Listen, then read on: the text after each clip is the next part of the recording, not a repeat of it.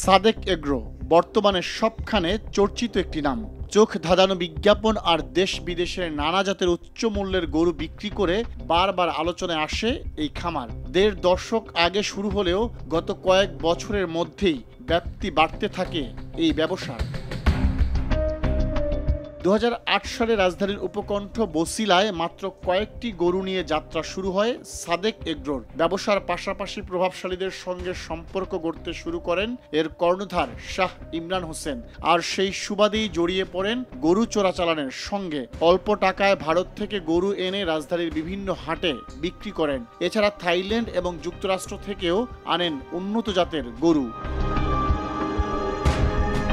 দেশের সীমান্ত এলাকা থেকে রাজধানী পর্যন্ত বিস্তার করেছেন গরু চোরাচালানের সিন্ডিকেট। ভারত, থাইল্যান্ড, মিয়ানমার, যুক্তরাষ্ট্র সহ বিভিন্ন দেশ থেকে চোরাই পথে নানা জাতের গরু আনা হয়। সেজন্য স্তরে স্তরে রাখা হয় দালাল। দেশের বিভিন্ন প্রান্তে গড়ে তোলা হয়েছে গরু রাখার গোপন ডেরা। ঢাকার বছিলায় খাল দখল করে গড়ে তুলেছেন এগ্রো ফার্ম। প্রাণী সম্পদ অধিদপ্তর বলছে, বাংলাদেশে বৈধভাবে বিদেশ থেকে ব্রাহ্মা জাতের গরু আমদানির সুযোগ নেই। তবে নরসিংদীর শেখ ক্যাটেল ফার্মের মালিক নাসিরুল্লাহ ছোটন এবং ইমরান হোসেন এসব গরু নানা পথে বাংলাদেশে নিয়ে আসেন। ছাগলকাণ্ডের সেই ১৫ লাখ টাকার ছাগল নিয়ে দেশব্যাপী তুলকালাম হয়ে গেলেও আলোচিত সেই ছাগলটি আদতে বিদেশি নয়, দেশীয় জাতের।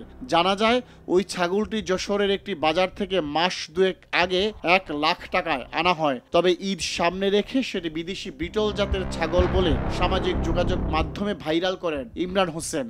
এরপর এর দাম নির্ধারণ করা হয় ১৫ লাখ টাকা, যেটি ক্রয় করেন এনবিআরের আলোচিত কর্মকর্তা মতিউর পুত্র মুশফিকুর রহমান ইফাত।